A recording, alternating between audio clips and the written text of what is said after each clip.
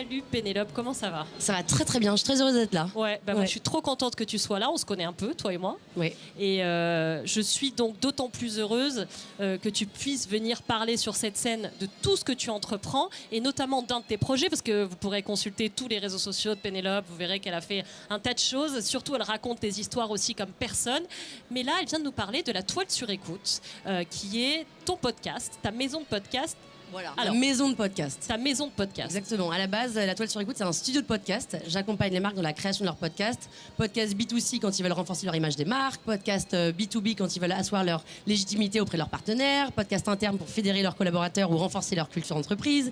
Une FAQ audio, même on peut mettre en place. De la formation audio, plein de choses. Et puis je me suis rendu compte, parce que ça fait 4 ans que j'ai lancé ça, qu'un podcast c'est génial, mais c'est encore mieux quand ça s'intègre dans une campagne de communication globale. Et donc maintenant, je fais de la stratégie de contenu et même de la stratégie 360 pour des marques. Est-ce que tu peux te présenter un petit peu, nous raconter un petit peu quel est ton parcours, ce que tu as fait auparavant, qui t'a amené là aujourd'hui sur cette scène déjà? Donc moi j'ai fait du droit à une école de commerce et ensuite j'ai enchaîné les boulots. J'ai fait 10 boulots différents. À chaque fois je restais seulement un an et demi dans les boîtes. Je m'ennuyais, donc j'ai travaillé au Publicis Drugstore pendant 1 an. Ensuite j'ai gagné un concours pour être animatrice sur la matinale de Oui FM. Okay. Ensuite j'ai travaillé chez M6. Ensuite j'ai travaillé chez Groupon. Ensuite j'ai monté une boîte, une box par abonnement avec des produits culinaires et des recettes qu'on a revendu à Reworld Media. Ensuite j'ai travaillé chez Énergie, au Guide Michelin et en fait voilà. Oui, mais en fait, on est sur ça bouge un peu, quoi. Ça bouge un peu, mais en fait, à chaque fois, c'était 1 an et demi, je m'ennuyais. Et à l'aube de mes 35 ans, je me suis dit, bon, il serait temps que je me lève le matin en étant animée. Et là, j'ai un copain plus âgé, qui avait une 50aine d'années, qui m'a dit, Pénélope, t'as une voix, t'es business, t'adores raconter des histoires. Pourquoi est-ce que tu lances pas ton studio de podcast? Il y a un engouement des podcasts en ce moment. Donc là, on est fin 2018. Et ce à quoi je lui récaste, il me répond, c'est le replay des radios.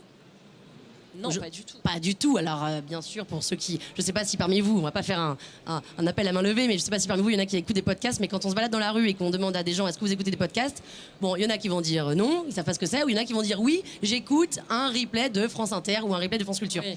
Bon, ça c'est ce qu'on appelle un replay. Et depuis, on sait qu'il y a une création de podcasts. Exactement. C'est florissant, il y a plein de choses, plein de récits très différents. Voilà. Et on appelle ça du coup du podcast natif. Voilà. Donc ça, toi, c'est ce que tu sais faire. Exactement. Particulièrement bien. Tu as raconté déjà beaucoup d'histoires qui ont été très suivies, à la fois sur les réseaux sociaux, sur les podcasts, mais tu es vraiment une raconteuse d'histoires et moi j'ai pris un plaisir immense et je vous encourage à aller voir ce qu'a fait Pénélope parce qu'on rit beaucoup. Vous voyez cette personnalité, c'est très jouissif et en même temps c'est intelligent, c'est visionnaire. Pauline, non mais c'est vrai, moi je vends ce que je connais pour le coup là parce que je trouve ça vraiment fait avec beaucoup de talent. Donc n'hésitez pas à faire appel à Pénélope. Comment on peut justement entrer en contact avec toi, t'aider à développer ta maison? En fait, il y a plein de choses. Soit déjà, en fait, la question c'est comment est-ce qu'on se rémunère avec le podcast. On se rémunère de plusieurs façons. Soit on a des podcasts en propre. Donc moi j'ai une 12aine de podcasts qu'on a développés, donc qui s'appellent, je vais pas tous les faire, mais L'Arnaque, Pic Parole, 1, 2, 3 Fiction, Croustillard, Croustibook, Crousti History, Allons enfants de l'apathie, qui est un podcast qu'on a fait pour Jean-Michel Apathy à l'occasion de l'élection présidentielle. Très rigolo. Donc on a une 12aine de podcasts. Là-dessus, nous on peut mettre du sponsoring. Donc ça veut dire qu'on a une marque qui vient, on vient créer un spot personnalisé pour la marque qu'on vient placer en début et ou en fin d'épisode. Ça, c'est un premier modèle de revenu. Deuxième modèle de revenu qui est... Ça représente à peu près 10% de mon chiffre d'affaires. Le reste, c'est vraiment du podcast de marque, donc du podcast de brand content, où vraiment notre studio est en marque blanche et on crée du podcast pour la marque, aux couleurs de la marque. Et à nouveau, donc si on veut recruter des candidats pour montrer à quel point la marque est sexy, a une bonne marque employeur, une bonne culture entreprise, si on veut recruter des clients, si on veut transformer les formations qu'on a sur PPT, on veut les mettre à l'audio, si on veut proposer un service client premium, c'est-à-dire qu'aujourd'hui, par exemple, les FAQ sur les sites internet, je ne sais pas qui d'entre vous, mais lit des FAQ, personne. Ça emmerde tout le monde de lire des FAQ. Nous, on transforme ces FAQ en FAQ audio avec d'une voix un peu sympa. Ça humanise la marque, ça donne une voix. Voilà, donc plein de choses différentes. Et vous pouvez me contacter en me contactant, en tapant Pénélope Boeuf dans... je sais pas. Pénélope Boeuf, peut-être. Pénélope Boeuf dans Google. Voilà, ça se tient.